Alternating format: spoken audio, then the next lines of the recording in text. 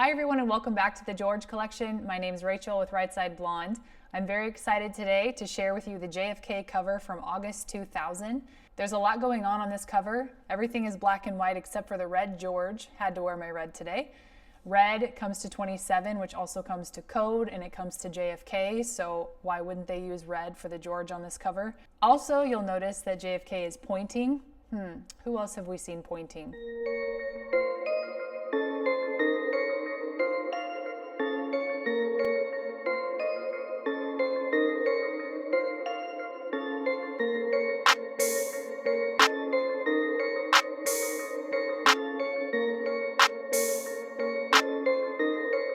To me, this is one of the most telling and interesting covers because of this question: who will make us proud again? When I hear the phrase, who will make us proud again, it sounds like make America great again. And we know from experience that Donald Trump uses that phrase, we will make America strong again. We will make America proud again. Is Donald Trump nodding to this cover of George every time he says that? We will make America powerful again. We will make America wealthy again. We will make America strong again. We will make America proud again. Proud, proud, proud. We will make America safe again. And we will make America great again. Thank you very much, Wyoming. When I was counting the George magazines to find out how many there were, my total was 57. There are in fact 58 when you count this month. There were actually two different covers, but there were 57 issues of George magazine total. What's interesting is that one cover from this month has JFK on it and the other cover has Ronald Reagan. Two incredible leaders and two incredible men. Mine happens to be the JFK cover. This is the one that was sent to people who subscribed to the magazine, but they were both on newsstands during the August 2000 period.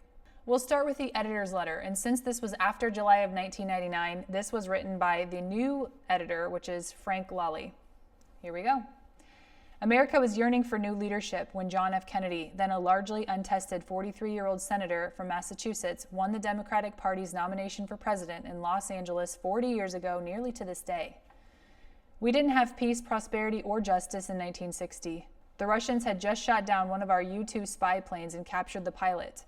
They also had begun supporting Cuba's hostile Castro.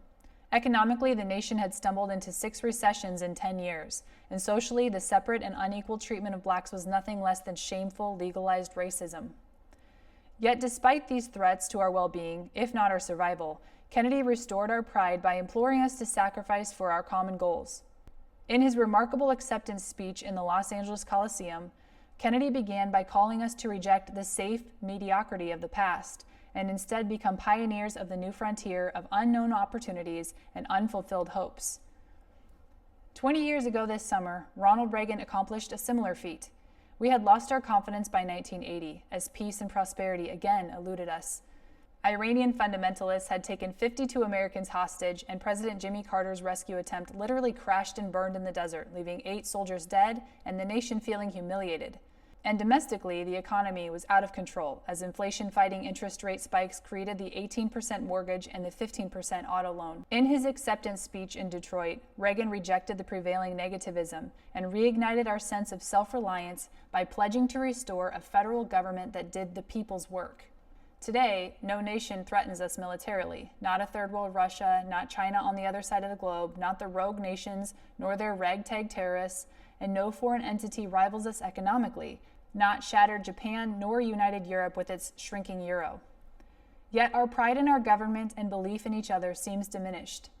Perhaps George W. Bush or Al Gore will discard the politics of slick salesmanship and inspire us with new leadership. However, the more we at George discussed this special convention edition, the more we became convinced to look forward by looking back. How did our 2 last great men restore our pride? Could someone do that today? You will find the answers in 2 superb articles, one by our Peter Keating and the other by acclaimed biographer Lou Cannon. We also asked design director Philip Bratter to create a cover showing each man as he is perhaps best remembered. They are handsome covers, as you can see. Both are on sale on newsstands around the country. We decided to send the issue with the JFK cover to all of our subscribers as a tribute to another outstanding leader, the president's son, and this magazine's founder, John F. Kennedy Jr., who died 1 year ago, nearly to this day. Knowing what we know now, is it any surprise that these two great presidents were chosen for the two covers for this special convention issue? I don't think so. The article begins, "Who will make us proud again?"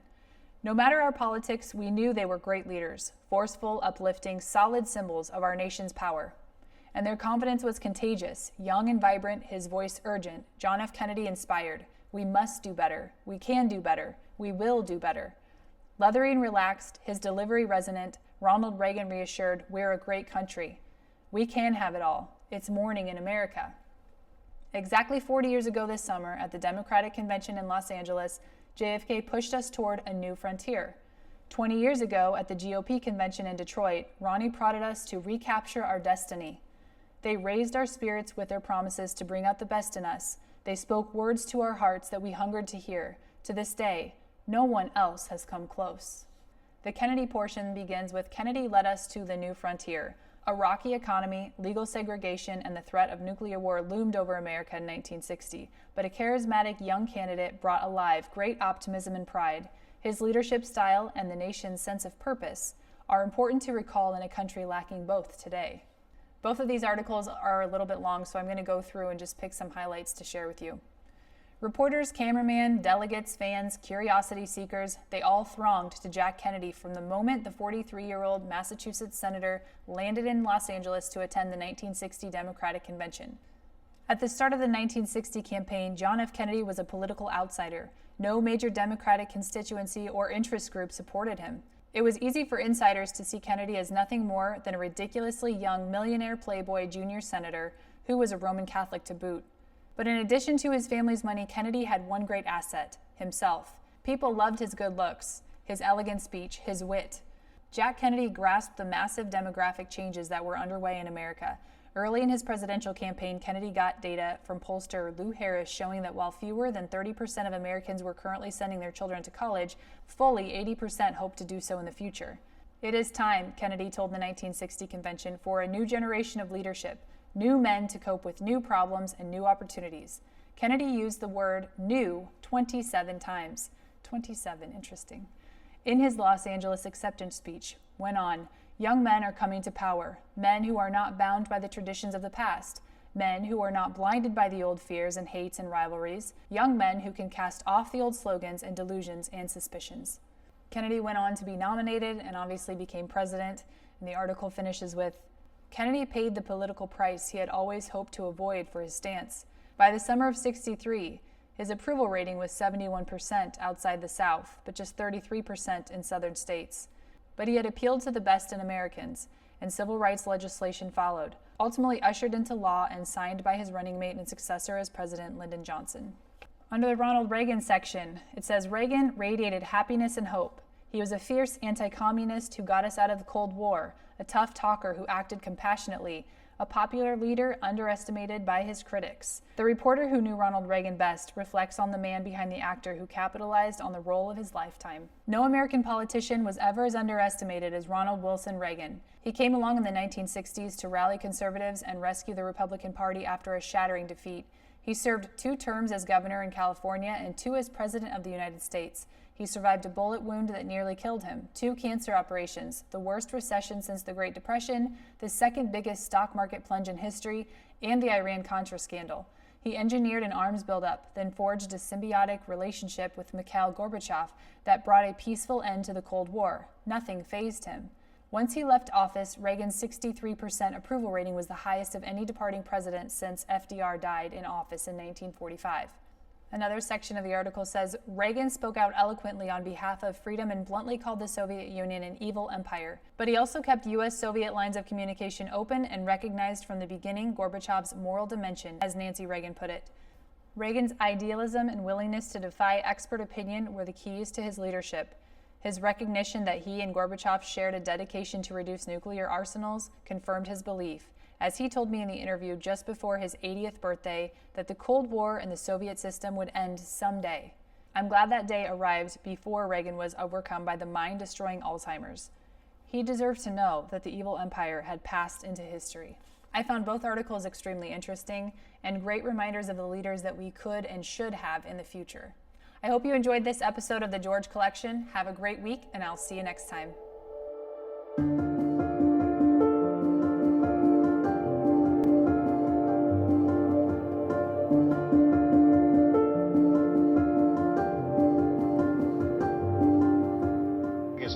George, which is a hoot of a magazine. I thought you were a lawyer. I was. What happened? Well, we decided, actually taking a cue from folks like yourself and you around the 1992 election, that there was an opportunity here to change the definition of a political magazine. Certainly the way Americans were accessing information about politics and politicians was changing. Candidates were appearing on late-night talk shows, on talk radio, on sitcoms, and there was a kind of a leveling process, and while the rest of media clearly had caught up with that, we felt that political magazines per se hadn't. Your mother was a hell of an editor at Doubleday. That's what I hear. Would she have liked George? I think she would have.